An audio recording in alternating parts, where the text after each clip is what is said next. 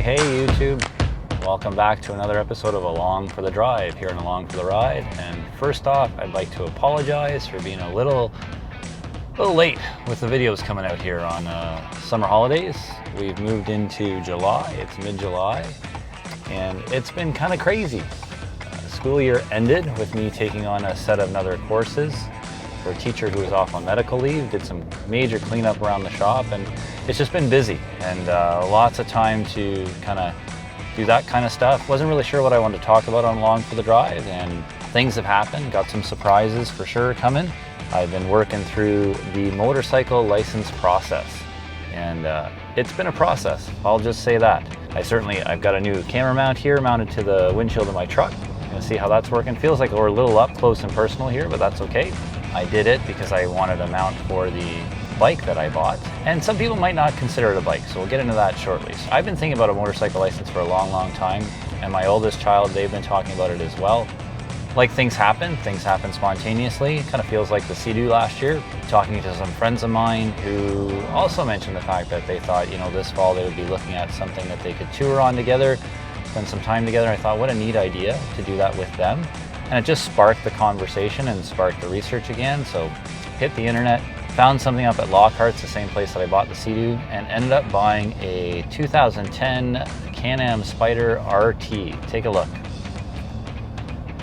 And it's a pretty cool machine. So I've never ridden a motorcycle or driven a motorcycle before. Ridden one, been on the back of one before, but never really driven one. Always wanted to do the motorcycle license thing and decided, what the heck, why not? We're not really getting use out of the Sea-Doos right now anyways. Two of them need some repairs, the older ones. The new one, price of gas, let's not even talk about that right now when you're talking about a Sea-Doo, because they chew through it like crazy. So all those things considered, I thought maybe this would be a neat thing to try. My wife and I have talked about it a little bit and thought it would be a neat way to tour. So saw this one, price was right, called them up Monday morning and they said, yeah, we've got lots of people coming Tuesday, we've got people coming Wednesday. I said, I'm gonna be there today at 3:30. So I drove up to Lockhart's, took a look and put a deposit on it. Then got into the motorcycle licensing process. So if you're a motorcycle rider, you've been riding for a while, you're probably not sure how it works anymore.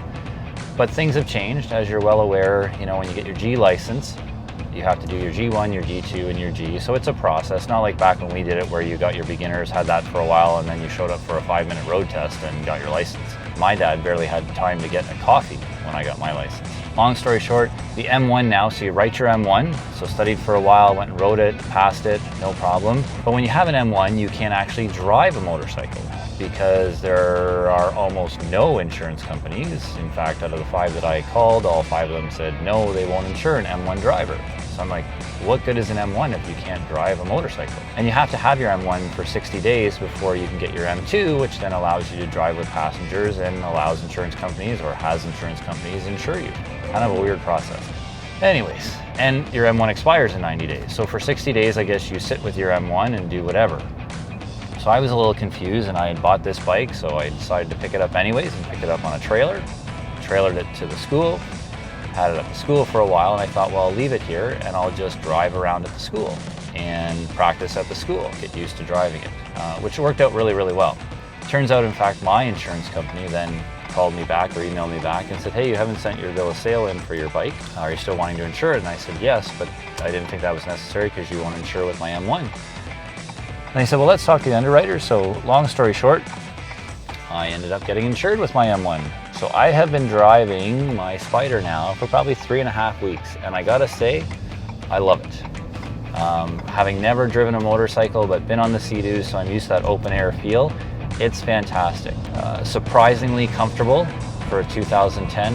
I just took it up last week. I did a trek up to Goderich, so 2 hours from my place up to Goderich and then 2 hours back in the same day. And it was probably the most comfortable ride I've had for 2 hours.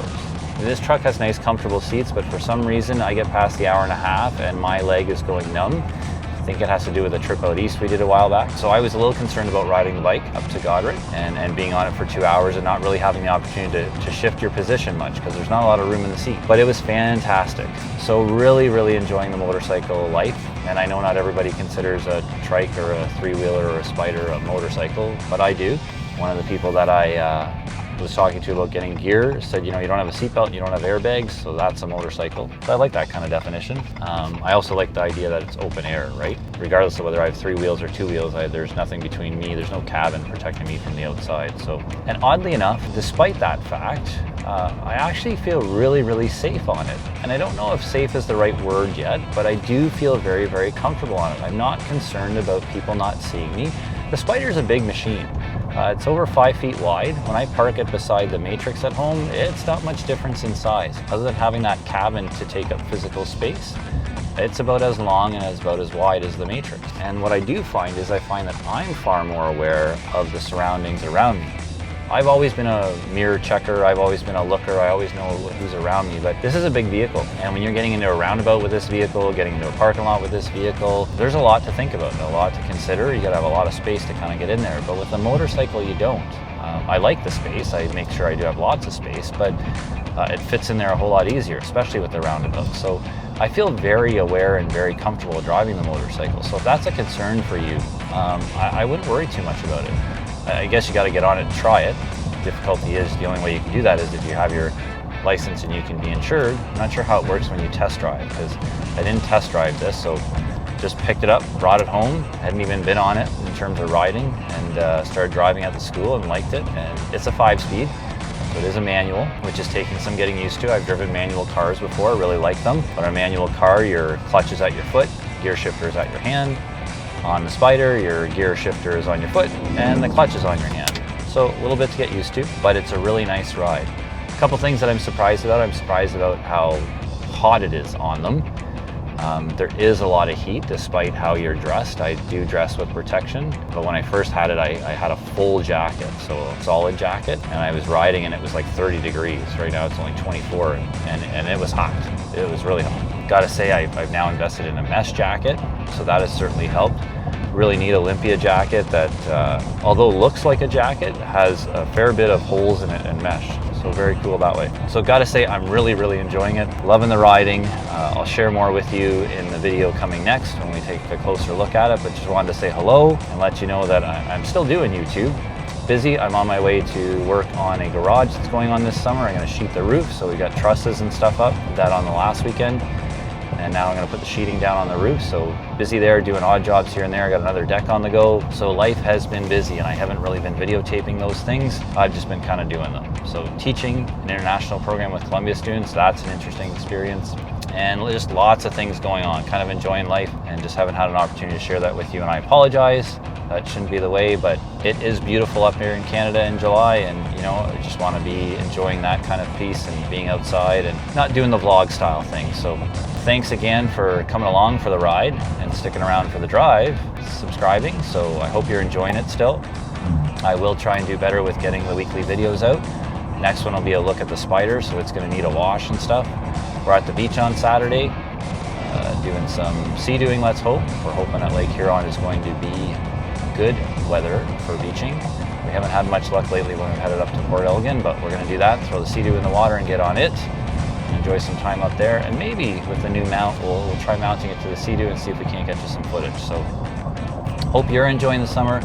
Hope you're relaxing and taking advantage of it. And if you're not a person like me who has the 2 months of summer off, well, it doesn't feel like I'm off. I hope you're enjoying it when you do have time off and enjoying some of the nice weather and getting to places that are accessible in Canada when we have beautiful weather. You know, I'm not a snow person, so if you're a snow person, this is probably a struggle for you, but enjoy, and we will talk soon. As always, this is Greg Sinti for Along for the Drive here on Along for the Ride, saying see ya and happy summer.